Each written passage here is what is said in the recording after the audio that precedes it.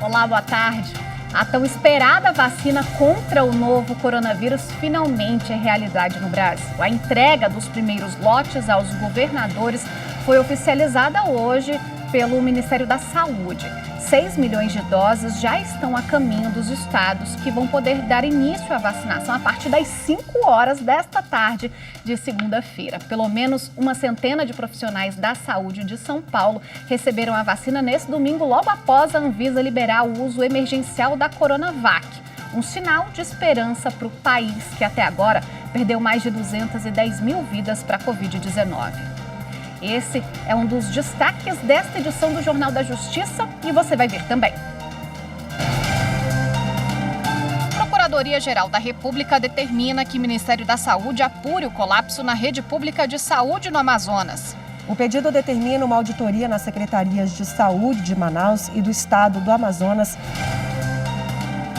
O presidente do Superior Tribunal de Justiça decide manter preso o empresário acusado de desviar verbas do transporte escolar na Bahia. E ainda, o Conselho Nacional de Justiça coloca em prática protocolos de segurança cibernética. O objetivo é padronizar as medidas de proteção de dados e informações que deverão ser tomadas em todo o judiciário.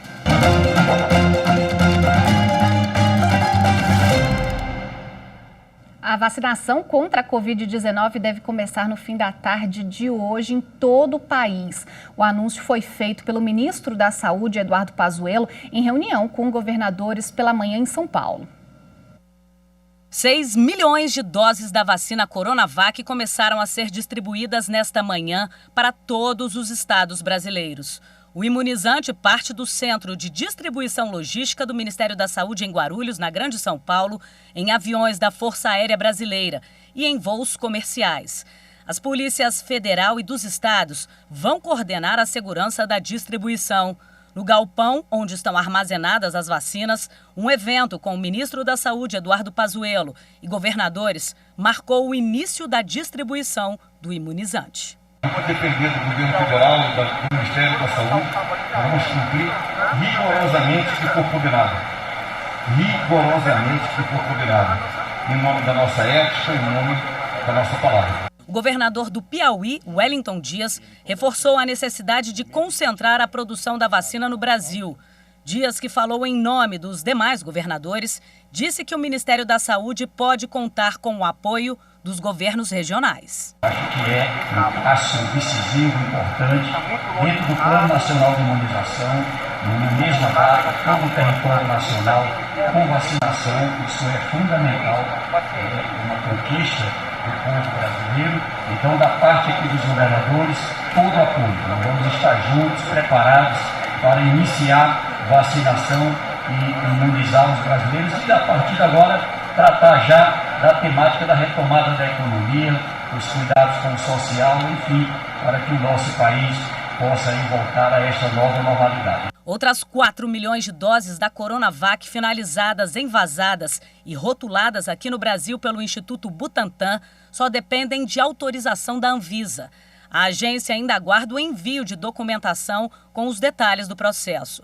A expectativa é de que nos próximos meses a vacina Coronavac seja completamente produzida no Instituto Butantan, conforme prevê o contrato com a empresa chinesa Sinovac.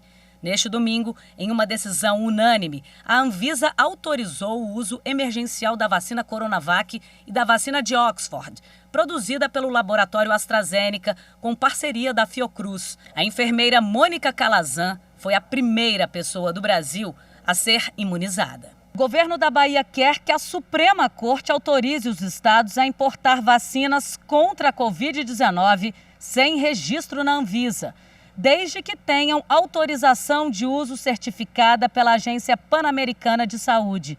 Neste fim de semana, os ministros do STF usaram as redes sociais para comemorar a liberação do imunizante no país. No Twitter, o ministro Gilmar Mendes escreveu que a aprovação do uso emergencial de vacinas é um alento e parabenizou a Anvisa pela rapidez e serenidade. O ministro Alexandre de Moraes também saudou os profissionais da agência. Escreveu que a ciência é o único caminho no combate à pandemia e disse que a esperança agiganta o Brasil. E a gente continua neste assunto das vacinas agora conversando ao vivo com a advogada especialista em saúde, Luciana Munhoz. Boa tarde, doutora. Muito bem-vinda ao Jornal da Justiça. Boa tarde. É sempre um grande prazer vir aqui falar, especialmente num momento tão histórico, sobre saúde no Brasil. Doutora, uma expectativa imensa em torno da vacina. Neste momento, a gente tem grupos prioritários, eles precisam ser respeitados, né? Conta isso pra gente. Exatamente. Existe um plano nacional de operacionalização da vacina do Covid-19. Então, a gente precisa seguir as diretivas que já foram estruturadas. E o primeiro grupo que é da vacinação são os profissionais da saúde. Por isso que a gente tem enxergado lá os hospitais das clínicas em São Paulo e todos os outros hospitais que estão recebendo essas primeiras doses. E depois a gente vai ter, então, a vacinação dos idosos, a gente vai ter vacinação dos indígenas, pessoas com comorbidades, os professores, profissionais de forças de segurança e salvamento, os funcionários do sistema prisional. A gente também tem a população privada de liberdade, pessoas em situação de rua, quilombolas e comunidades ribeirinhas e os trabalhadores de transporte coletivo. Claro que também tem as determinações de cada estado para a gente enxergar quais são todos esses grupos prioritários, mas atualmente são os profissionais de saúde que vão receber essa vacina. Qual a responsabilidade, né? De quem é a responsabilidade de informar direitinho esse calendário de vacinação? São dos estados, dos municípios? Como funciona? A gente vive numa federação, então é importante a gente sempre seguir as diretivas do governo federal. Só que claro que a gente também precisa seguir principalmente o que os nossos estados estão determinando. Os estados e Distrito Federal que vão trazer então todas essas determinações e vão falar para a população como que vai começar todos esses estágios de vacinação e o que a gente tem que fazer. Recentemente, o Supremo Tribunal Federal decidiu sobre a obrigatoriedade da vacina, né? E o que isso implica na nossa vida, no nosso dia a dia. É interessante trazer esse assunto porque o Supremo Tribunal Federal, no final do ano passado, a gente teve essa votação e, de forma unânime, eles determinaram que a vacinação ela é permitida ser compulsória. A gente tem a Lei 13.979, que determina como que vai funcionar, né, as medidas de combate ao Covid-19 e lá traz uma obrigatoriedade de vacinação. E nesse julgamento do STF, eles utilizaram essa palavra compulsoriedade do cidadão por tomar a vacina. E o que isso significa? Não significa que o cidadão ele pode ser forçado a tomar a vacina, mas ele tem uma responsabilidade social de tomar essa vacina. Isso significa que se ele não tomar, ele pode receber sanções. E aí a gente está falando então de privações de atos da vida civil, como por exemplo uma restrição a determinados exercícios de atividades na vida. Por exemplo, a gente pode dizer até a matrícula em escolas públicas, mas não tem como forçar esse cidadão a tomar. Existem também outras medidas indiretas, como por exemplo ações, né, civis contra essas pessoas, alegando dano social, mas o STF determinou então que é permitida essa obrigatoriedade de vacinação. Doutora Luciana, a vacina ela vai ser distribuída pelo Sistema Único de Saúde em primeiro momento. É preciso ficar de olho naqueles golpistas, né? Por enquanto não se pode comprar uma vacina. Explica isso pra gente. É importante ficar muito atento a isso e é interessante que o jornal traga esse assunto aqui, porque a gente tem a vacinação atualmente somente no Plano Nacional de Imunização, que é um plano que existe desde 1973 no Brasil e que vai trazer essa vacina por meio dos postinhos ou então dos hospitais, de acordo com o que cada estado determinar. A gente não tem a compra privada da vacina e é importante ficar de olho na possibilidade de golpistas mandarem, né, algumas mensagens no celular, tentando pegar o seu WhatsApp por aí. É importante ficar de olho com esse tipo de golpe. Perfeito, doutora. Muito obrigada pelas informações e pela participação aqui na TV Justiça. Eu sempre agradeço, é um enorme prazer estar aqui com você. Tchau. A Procuradoria-Geral da República determinou que o Ministério da Saúde instaure um inquérito epidemiológico e sanitário para apurar colapso na rede pública de saúde no Amazonas e faça uma auditoria na região. O Procurador-Geral da República, Augusto Aras, determinou a investigação sobre suposta omissão dos governos estadual e municipal sobre a situação no Amazonas e pediu mais informações ao Ministério da Saúde sobre o cumprimento das medidas que podem ser tomadas pelo governo federal para controlar a crise na saúde pública no estado. O pedido determina uma auditoria nas secretarias de saúde de Manaus e do estado do Amazonas para avaliar os recursos financeiros, como é aplicado e como são feitos o planejamento e regularidade da aquisição de insumos para enfrentamento da pandemia da Covid-19. O inquérito tem caráter administrativo, mas poderá ser acompanhado por representantes do Ministério Público Federal. A Advocacia Geral da União também se manifestou sobre a crise da saúde pública no Amazonas. Respondeu a um pedido do Supremo Tribunal Federal sobre a situação na região. No documento, a AGU disse que o governo federal repassou um volume significativo de insumos e recursos financeiros e que o colapso do estoque de oxigênio hospitalar na cidade de Manaus foi informado tardiamente aos órgãos federais, mas que o Ministério da Saúde conseguiu elaborar um planejamento de enfrentamento à crise. Faleceu nesse domingo em São Paulo o ministro aposentado do Superior Tribunal de Justiça, Hamilton Carvalhido. O sepultamento de Hamilton Carvalhido está marcado para esta segunda-feira em Brasília e será reservado aos familiares. O presidente da Corte, ministro Humberto Martins, disse que o tribunal está de luto e que é uma perda irreparável para a magistratura, para o Ministério Público e para o mundo jurídico. O vice-presidente ministro Jorge Mussi, que está no exercício da presidência, também emitiu uma nota de pesar e manifestou em nome do tribunal os mais sinceros sentimentos aos familiares do ministro. Hamilton Carvalhido nasceu no Rio de Janeiro em 1941. Fez carreira no Ministério Público por mais de 3 décadas e foi nomeado ao STJ em 1999, órgão em que atuou até a aposentadoria em 2011. Entre janeiro de 2009 e julho de 2010, exerceu a presidência da Corte. Hamilton Carvalhido deixa esposa e 4 filhos. O presidente do Supremo Tribunal Federal e do Conselho Nacional de Justiça, ministro Luiz Fux, divulgou uma nota de pesar pela morte do ministro Hamilton Carvalhido. Ressaltou que o Brasil perdeu um grande homem e uma notável fonte de saber jurídico. Lamentou a perda de um amigo que o tratava como irmão, um integrante da família. Para o ministro Fux, Hamilton Carvalhido foi um grande incentivador e mestre que deixa para o país um legado de um brilhante trabalho e a lembrança de um ser humano excepcional. O ministro Gilmar Mendes, do Supremo Tribunal Federal, também se manifestou no Twitter.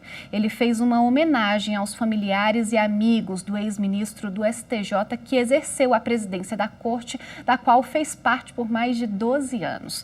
Gilmar destacou o perfil agregador e ponderado de Carvalhido e disse ainda que a trajetória dele reflete as virtudes de um grande juiz. No próximo bloco, a gente fala sobre os protocolos de segurança cibernética do Conselho Nacional de Justiça. Voltamos já já.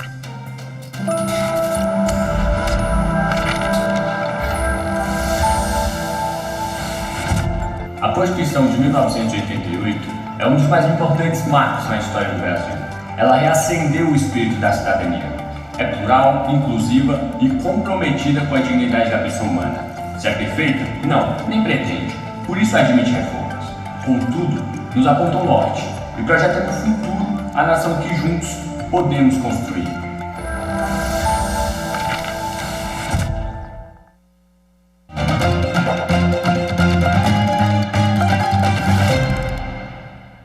O Conselho Nacional de Justiça começou a colocar em prática 2 protocolos de segurança cibernética.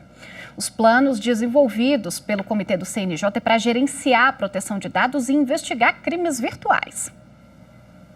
O objetivo é padronizar as medidas de proteção de dados e informações que deverão ser tomadas em todo o judiciário.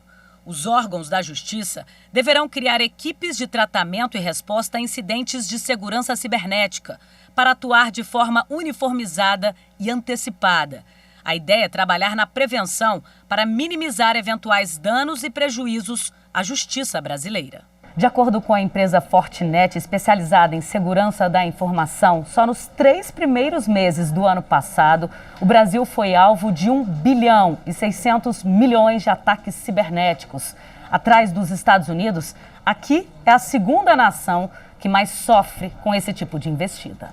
Em novembro do ano passado, o Superior Tribunal de Justiça confirmou ter sido vítima de um ataque hacker.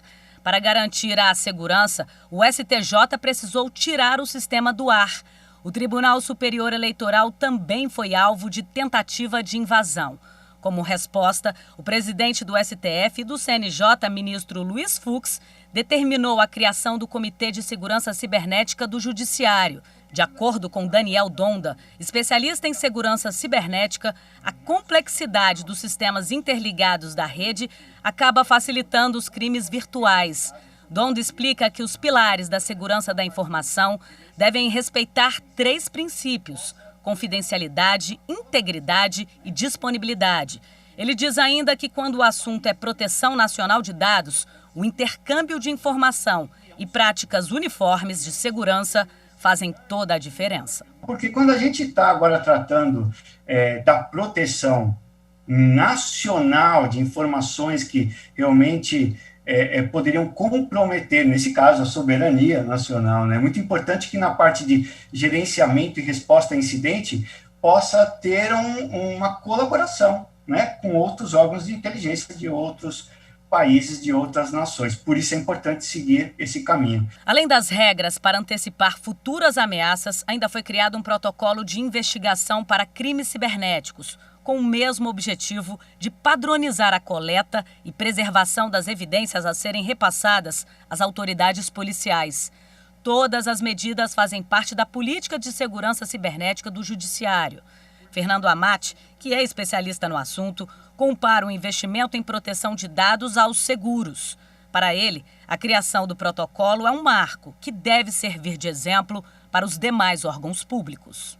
Essa ação que aconteceu, por melhor que ela seja, por mais organizada, nós estamos vendo que envolve somente o judiciário por enquanto.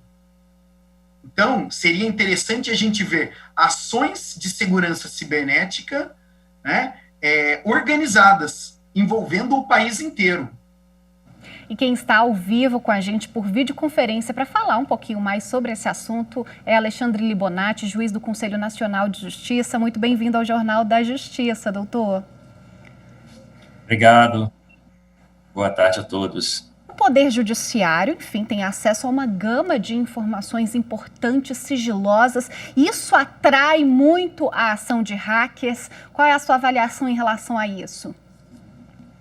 Sem dúvida, eu até costumo brincar que antigamente as informações do Poder Judiciário eram relegadas sempre foram relegadas, né? O processo ele tramitava, era de interesse das partes, e uma vez arquivado, o processo ia para um local distante, para um galpão empoeirado, só visitado pelas baratas, né? E atualmente não, o processo eletrônico, ele detém informações, e essas informações passaram a ter um valor, né?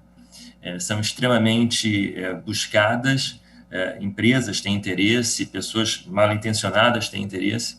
Então, é um programa, é uma preocupação nova, né? Nós hoje em dia temos que ter cuidado, não apenas com os processos em tramitação, mas também com os processos que já tramitaram e que continuam constando das bases de dados do Poder Judiciário. A atuação do comitê já conseguiu traçar as vulnerabilidades hoje do processo eletrônico, processo judicial eletrônico, o que pode ser melhorado, o que precisa ser feito num primeiro momento para garantir a segurança cibernética do judiciário? Eu acho que são duas coisas que têm que ficar bem claras, né? Essa iniciativa do CNJ, ela busca uma uniformização. Isso não significa que os tribunais não possuíam protocolos de proteção e protocolos para a prevenção e o gerenciamento de crises. Nós estamos agora estabelecendo requisitos mínimos objetivando dar uniformidade a todo o sistema de justiça, né? Mas os tribunais possuem essas iniciativas e não é novidade, né? Nós não temos um único sistema processual, nós temos diversos sistemas processuais. Não apenas o PJE, o sistema desenvolvido pelo CNJ, mas há outras iniciativas públicas e eficientes, como o EPROC, da 4ª região, em produção também na 2ª região. Temos sistemas antigos que já foram patrocinados pelo CNJ, como o Projude, e até mesmo sistemas pagos. Então, todos esses sistemas, eles, de uma forma ou outra, foram objeto de averiguação pelos tribunais que os utilizam, né? Essa uniformização, então, vai colocar todo mundo ali no mesmo caminho para manter um judiciário mais seguro virtualmente? A intenção é essa, é fazer um nivelamento. Nós temos tribunais em diversos estágios ou níveis de avanço em relação com a preocupação com a segurança. A gente tem uma brincadeira que normalmente a gente se preocupa quando a coisa já aconteceu, né? Então, a ideia é levar para aqueles tribunais onde nada aconteceu a preocupação com a segurança e a experiência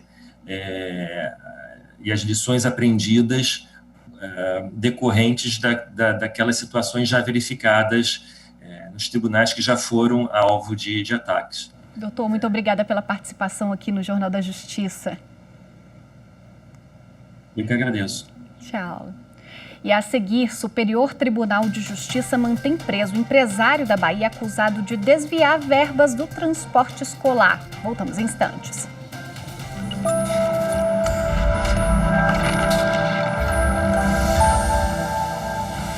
A Constituição de 88, fruto da luta de diversos setores da sociedade brasileira, reflete um grande avanço na pauta de direitos e garantias fundamentais. Quilombolas, além de ter visibilidade, passaram a ter uma proteção mais efetiva do Estado. O racismo foi cunhado como crime imprescritível. Defender a Constituição e defender a sua preservação é defender o órgão vital do Estado Democrático de Direito.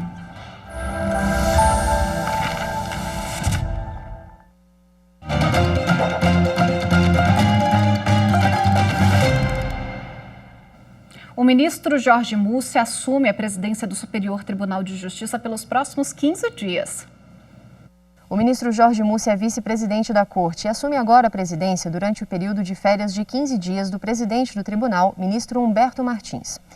Jorge Mussi analisará os processos com pedido de medidas urgentes, além das matérias de competência da presidência. E assim como o ministro Humberto Martins, ele estará atuando presencialmente todos os dias no tribunal, com auxílio técnico das demais áreas do STJ. O ministro Humberto Martins retorna no primeiro dia de fevereiro para a sessão da Corte Especial, que marca o início do ano forense. Mas antes de sair de férias, o presidente do STJ, ministro Humberto Martins, decidiu manter a prisão de um empresário acusado de desviar a verba do transporte escolar na Bahia. A defesa do empresário, denunciado por suposto esquema de desvio de verbas públicas destinadas ao transporte escolar em municípios da Bahia, pediu para que a prisão preventiva fosse revogada ou a concessão de prisão domiciliar fosse concedida ao acusado. O presidente do STJ, ministro Humberto Martins, indeferiu o habeas corpus. Ele considerou que a matéria não foi apreciada por meio de acórdão e que, por esta razão, não é possível conhecer do pedido sob pena de indevida supressão de instância. O mérito da ação está pendente de exame pelo Tribunal Regional Federal da 1ª Região. O empresário segue preso preventivamente. De acordo com o Ministério Público Federal, contratos superfaturados para transporte escolar na rede pública de ensino foram firmados pelo empresário entre 2009 e 2017, com prefeituras baianas de forma fraudulenta. O prejuízo aos cofres públicos com esquema ilegal teria chegado a quase 29 milhões de reais somente no município de Alagoinhas. O Tribunal Superior Eleitoral definiu as datas das eleições suplementares em 2021. São 10 datas estabelecidas entre os meses de março a dezembro de 2021 e cada Tribunal Regional Eleitoral poderá marcar eleições suplementares conforme a situação jurídica dos candidatos mais votados no ano passado. Após o julgamento dos recursos pelo TSE, cabe a cada TRE definir entre as datas fixadas na portaria quando ocorrerão as eleições suplementares. Essa escolha é feita de acordo com a capacidade logística das cortes eleitorais e os prazos do processo eleitoral. Esses pleitos acontecerão para suprir os cargos de prefeitos e vice-prefeitos municipais que ficarem vagos em decorrência do indeferimento definitivo pela Justiça Eleitoral do registro dos candidatos mais votados nas eleições municipais 2020. A edição de hoje do Jornal da Justiça fica por aqui. Muito obrigada pela companhia. Até amanhã. Tchau, tchau.